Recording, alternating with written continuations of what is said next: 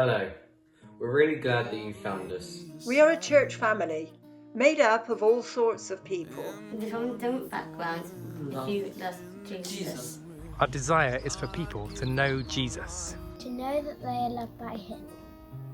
And to be part of a family who do life together. With Jesus at the centre.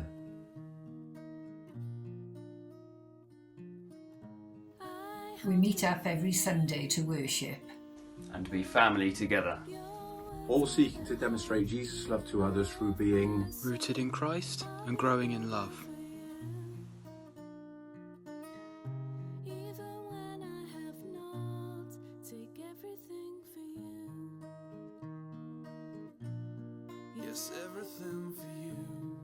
Whether you're familiar with church or not, you are very welcome at Bourne Christian Centre. As we celebrate together, we hope you engage with us as we make Jesus known.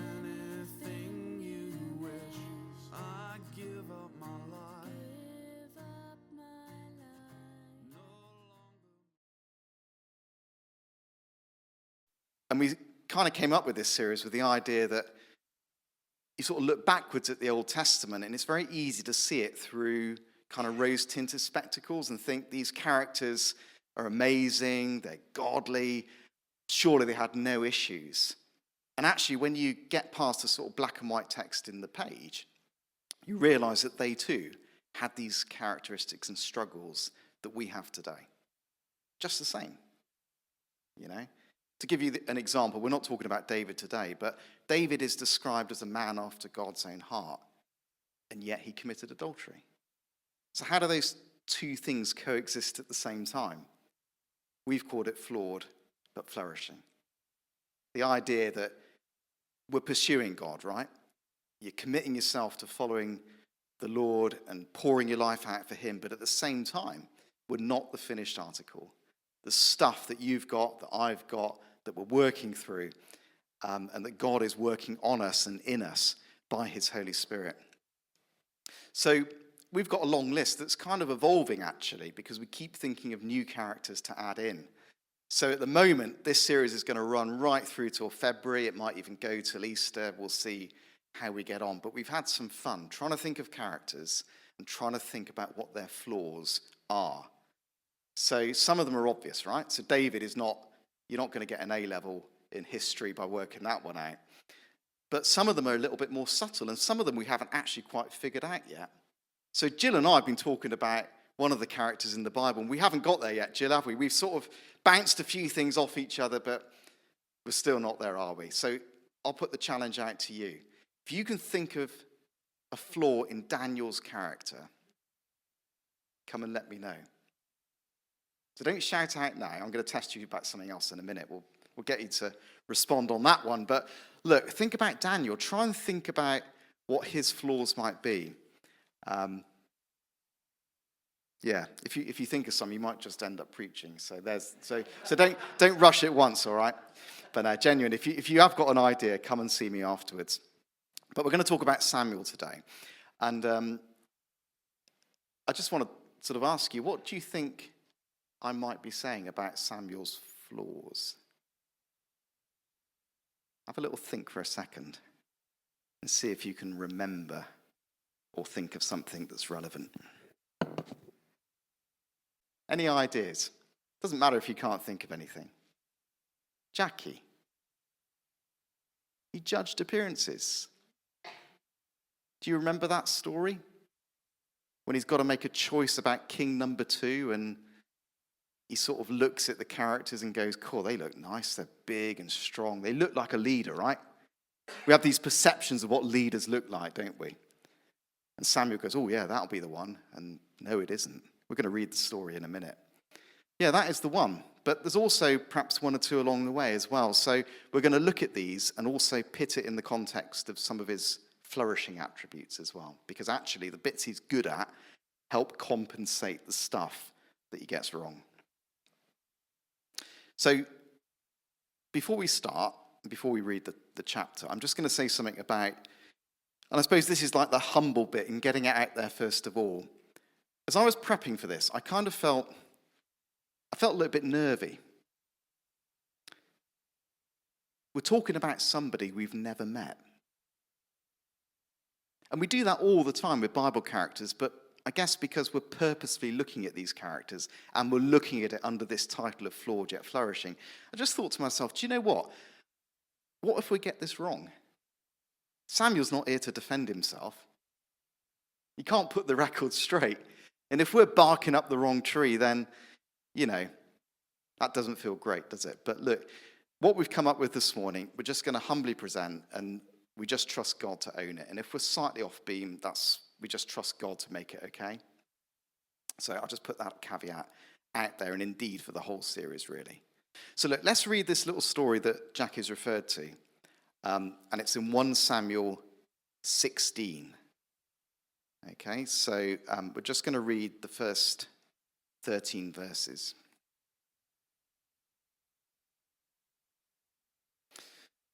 We're not going to look at the story in isolation. We're going to do a bit of bio at the beginning, look at his history, look at the situation in Israel, and so on, because it helps understand a little bit more about where Samuel was coming from. But this specific bit in chapter 16 is really key. The Lord said to Samuel, "How long will you mourn for Saul, since I've rejected him as king over Israel? Fill your horn with oil and be on your way. I'm sending you to Jesse of Bethlehem. I've chosen one of his sons to be king." But Samuel said, "How can I go? Saul will hear about it and kill me." The Lord said, "Take a heifer with you and say, 'I've come to sacrifice to the Lord.' Invite Jesse to the sacrifice, and I will show you what to do. You are to anoint for me the one I indicate." Samuel did what the Lord said. When he arrived at Bethlehem, the elders of the town trembled when they met him. They asked, "Do you come in peace?" Samuel replied, "Yes, in peace. I've come to sacrifice to the Lord. Consecrate yourselves and come to the sacrifice with me." Then he consecrated Jesse and his sons and invited them to the sacrifice. When they arrived, Samuel saw Eliab and thought, "Surely the Lord's anointed stands here before the Lord." But the Lord said to Samuel, "Don't consider his appearance or his height, for I have rejected him.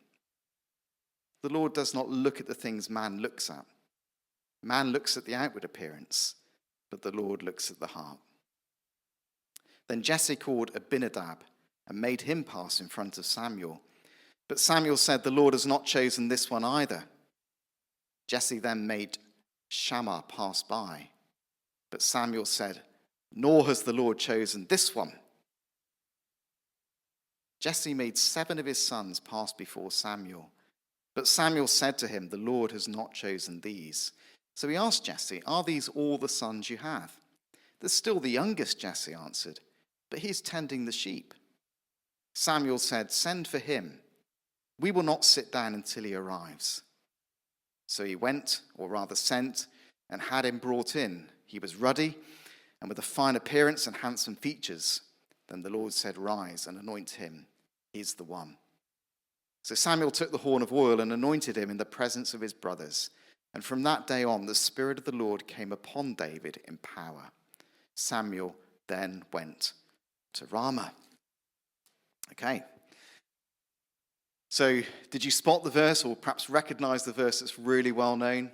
The one that's often quoted, "Man doesn't look at the outward appearance, the Lord looks at the heart." So perhaps some of us may remember that or have heard that quoted before. It's a little corrective, isn't it, to Samuel's initial kind of, "Oh, this might be the one." And God goes, "No, I've got different criteria." But before we get to all of that, let's go back in time, really, back to the beginning of Samuel, and perhaps the story of how he bursts onto the scene in Israel's history. So if you've not read Samuel recently, just go home, just read the first few chapters. It's quite interesting. Samuel's got a very significant start to his life story. So here's the bio. He was born to a chap called Elkanah. If any of you are thinking of having children, what a great name that would be. Elkanah. Anyhow, not so great was that he had 2 wives. All right, here we go. Peninnah, there's another great name. And Hannah. Have we got any Hannahs in the house today? No, my niece is called Hannah. It's a lovely name.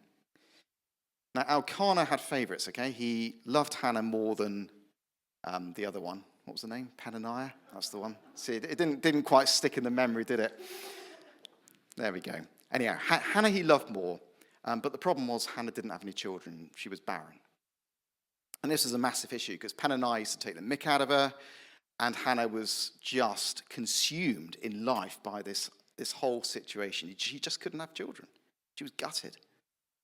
Anyhow, there's some other characters that sort of move onto the stage in chapter 1, and one of them is called Eli, who was a priest, and his sons Hophni and Phinehas also served the Lord in what was called the tabernacle. Now, Hophni and Phinehas were not great people.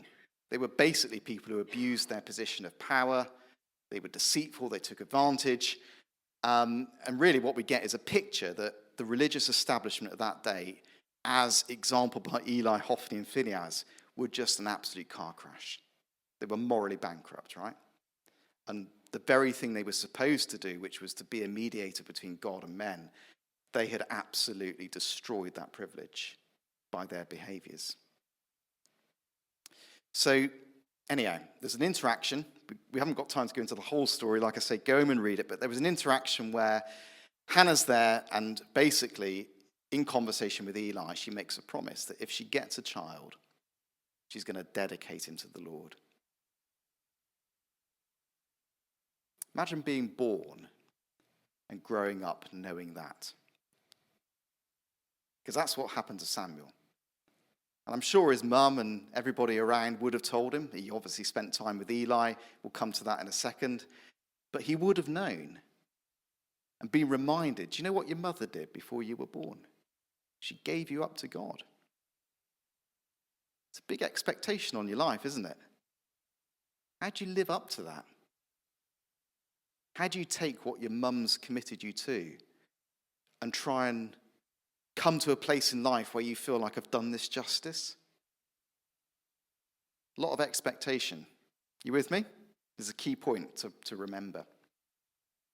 So anyhow, she dedicates him to the Lord, and she invokes something from Numbers 6. So in Numbers 6, there's this whole bit around what's called the Nazirite vow. And the Nazirite vow is basically, it's to do with dedication. So if you dedicate yourself to the Lord, either yourself directly or by proxy, as in with Hannah and the son, you commit to not drinking any alcohol. So that's a bit of a downer, isn't it? And then you also commit to having your head not shaved. So I would never have managed to turn up in character, Mark. All right? I cut my hair this morning. So, no, it just wouldn't have happened. So basically, she commits, she's so desperate for a child, she's basically prepared to bargain with God. God, if you give me a child, I'll give him back to you. So this is the backdrop. Anyhow, lo and behold, Hannah has a son. And interestingly, there's obviously a really strong bond, I think, between Hannah and Samuel, because basically she's able in the family dynamic to ensure that what she's committed to gets lived through or gets played out. So back in the Old Testament, you can read about it in Numbers 30. If the husband in the house or the husband figure didn't agree with the promise that was committed, he could overrule it. He could have overturned what Hannah had decided and said, well, no, we're not going to give your son up to go and work in the temple or live in the temple. Far from it. But no, he actually supports Hannah's decision and he just lets it go through. And I think there's partly some power dynamics there. I think Hannah, she was clearly loved by Elkanah. She was really favored by him, but there was also a sense in which she was able to drive through what she had committed to before God. So Samuel bursts onto the scene. He goes off to the temple to live, and he comes under the supervision of Eli. Interesting, because you think about examples and lineage and what you're going to recreate and all that kind of stuff. But he goes there, and one of the first things that happens during his training is he gets called to be a prophet. He starts to hear the voice of God. Now, I don't know about you, but in work, when you give something to somebody to do, you don't give them the hard jobs first, do you? You give them the stuff to cut their teeth on. But the first job that Samuel gets as a prophet is he gets a message from God about all the judgments that are going to come Eli's way. And he's got to tell Eli that. And Eli forces him to tell him that. And I think it starts a chain reaction in Samuel's life where he is catapulted into a space where he has to say some really, really tough stuff. Tough because he was born around 1100 BC. We're still with the Bible piece here. Let's just go with it. Israel at that point was still a unified nation. They didn't have kings up until that point, but they were led by judges. And ultimately, Samuel became the last of that lineage of judges before Israel then took on a king in the form of Saul, and then secondly, David. When Samuel goes through that training and that ministry, immediately following that, the nation of Israel goes out to fight the Philistines, and they end up in defeat, and the ark of God is captured and carried off. And as part of that process, the two sons of Eli, let's go back to their names, Hophni and Phinehas, ended up being killed. And Eli is so shocked and saddened by this, he falls off his chair and dies. This is a pretty sad story so far, isn't it? Do you know what? This isn't like, the perfect launch to your career, is it? Samuel's bursting onto the scene. It's all lovely. Everybody's up for it. Everybody welcomes him. It's all lovely situation. It's beautiful. Far from it. It's an absolute car crash. And so much so that Phinehas, just before he died, he'd obviously got his wife pregnant. She has this son.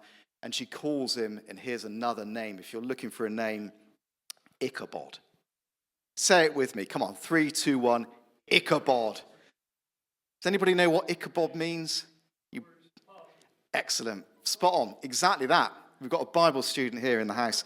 The glory has departed from Israel. That's the justification that the wife of Phinehas gives for naming her son this.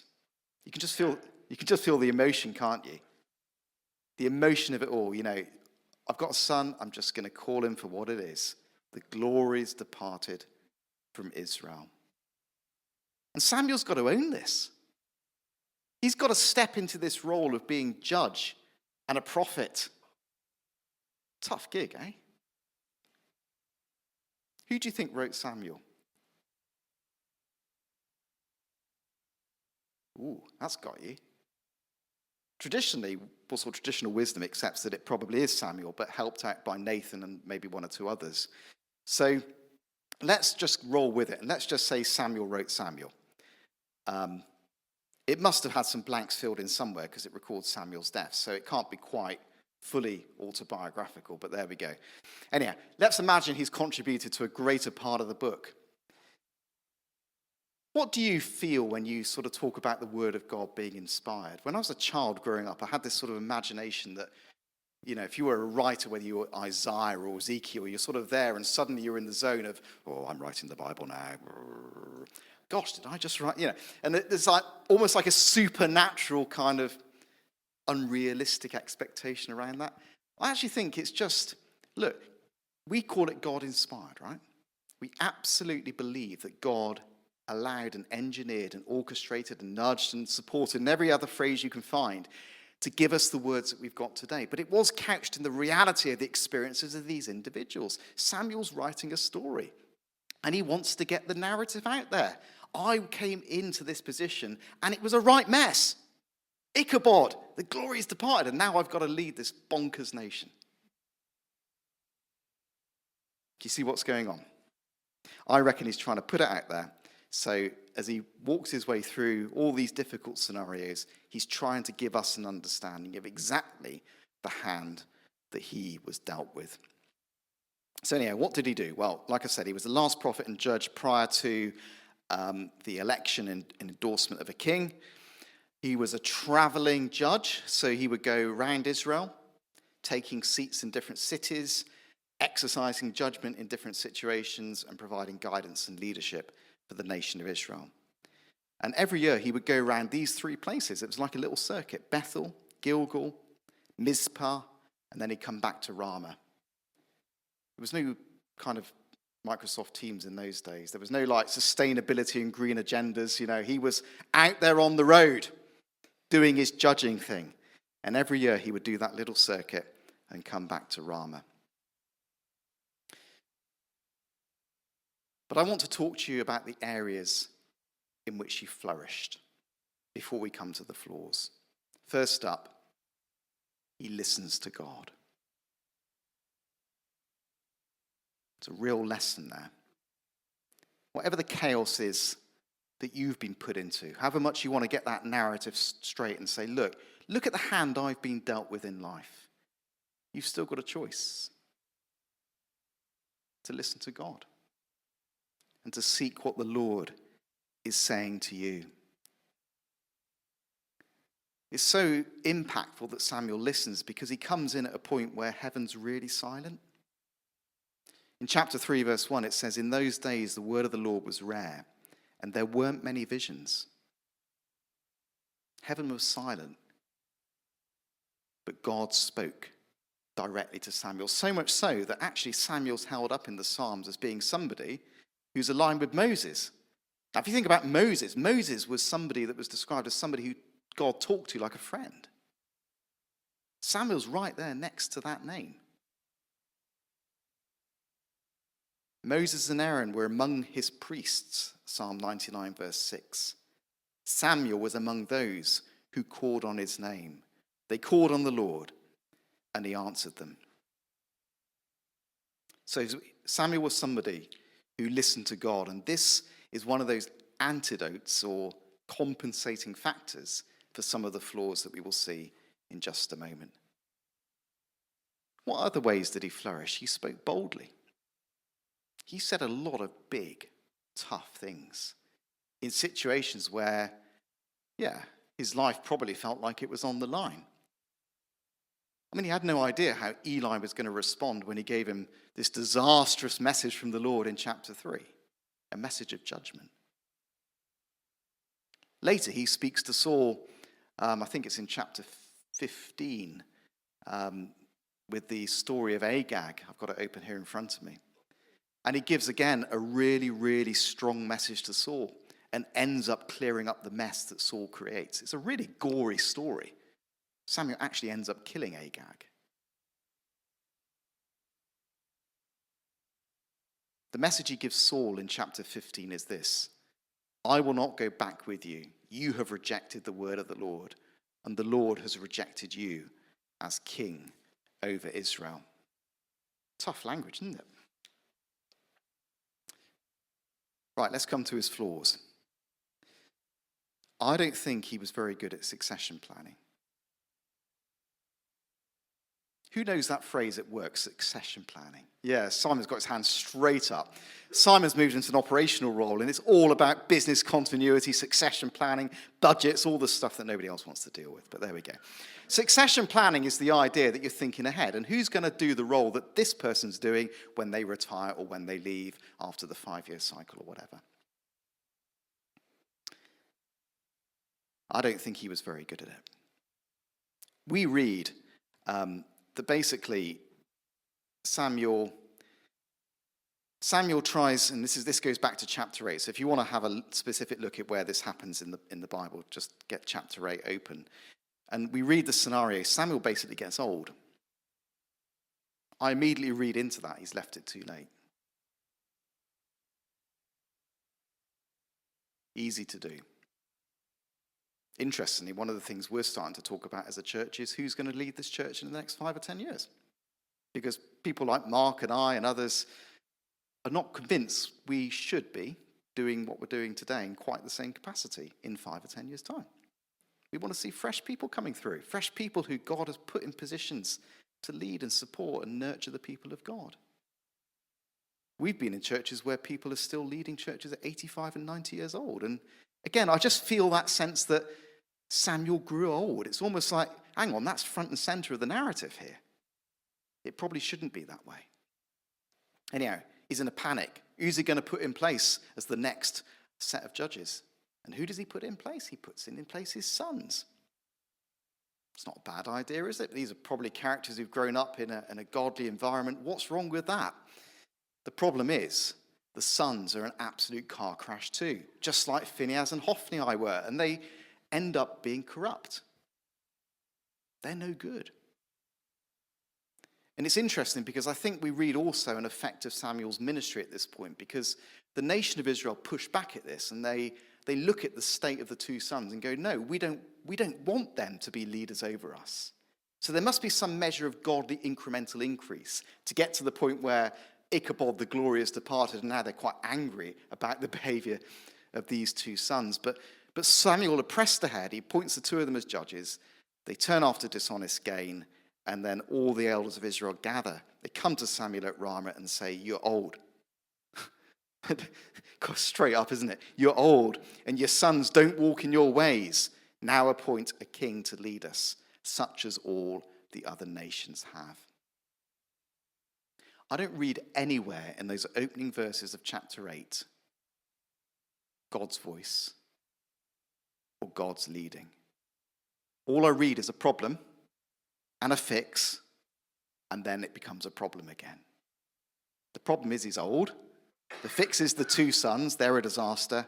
So the problem comes back round again. What are we going to do next? Let's be really careful here, and let's be generous to Samuel. Some of you may really relate to this, and let's not make this about leadership per se, whether it's church or work, but think about your own family and the changing seasons of your life. Some of us find adjustment really difficult. Sometimes we find it hard to recognize what's happening, and we feel feelings that we can't quite put words over, but nonetheless it's happening. And I've been through cycles like that as well, personally myself, at work and here and other places. How we respond to that is key, because succession planning is not an easy thing to do.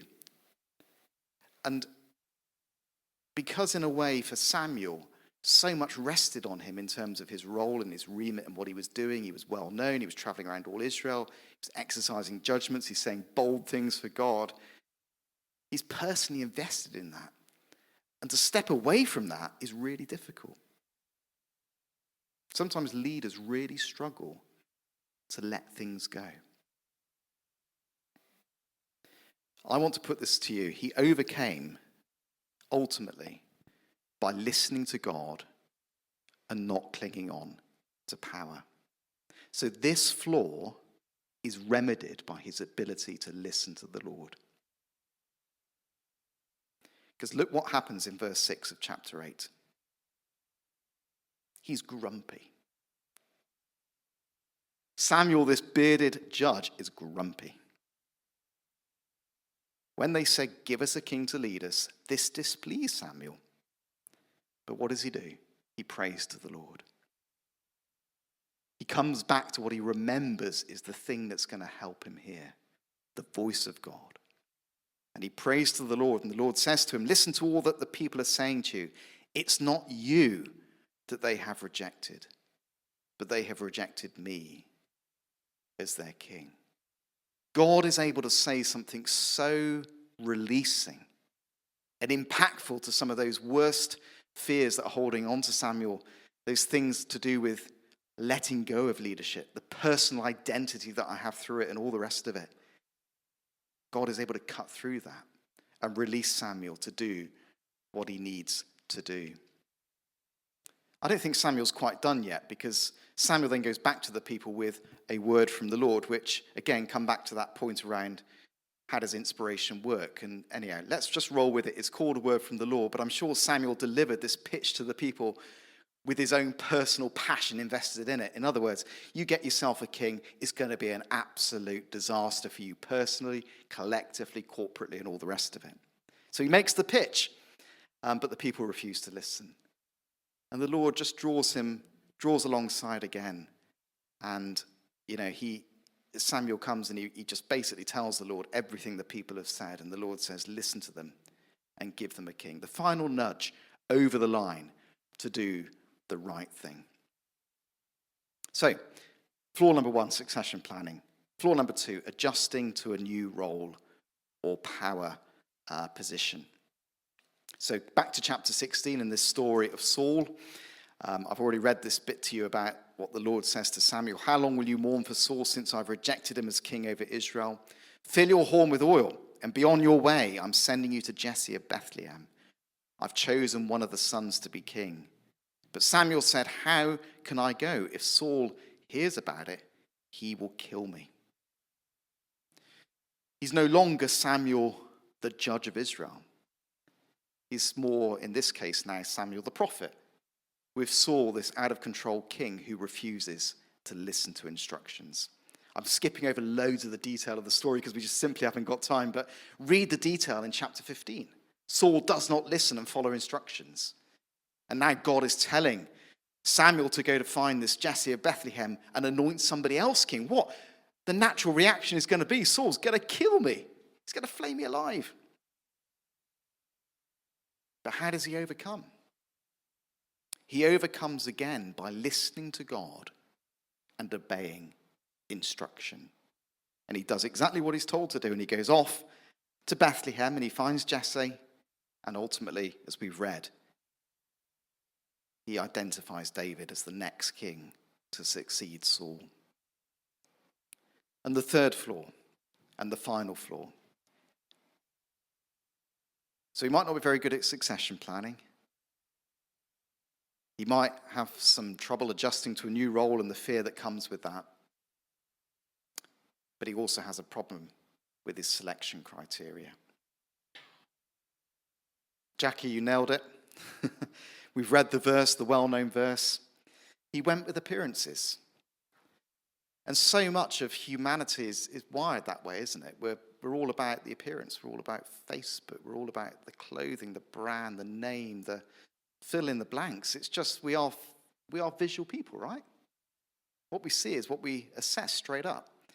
And what this passage does is blows that out of the water and says God has completely different selection criteria. He's looking at my heart. Where's my heart at?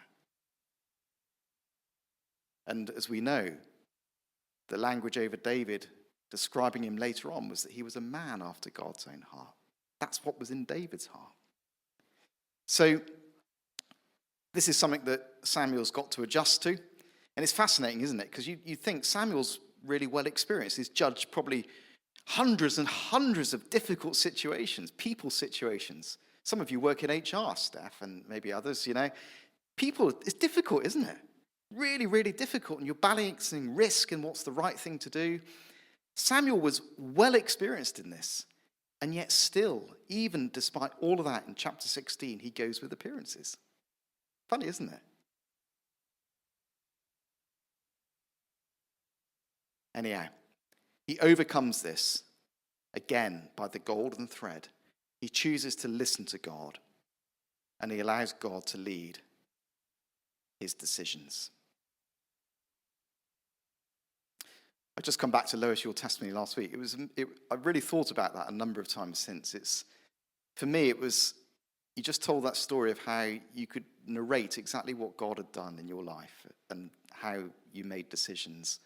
And when it comes down to what following the Lord is and what lordship looks like, we sometimes so overcomplicate it. It's just simply listening and obeying.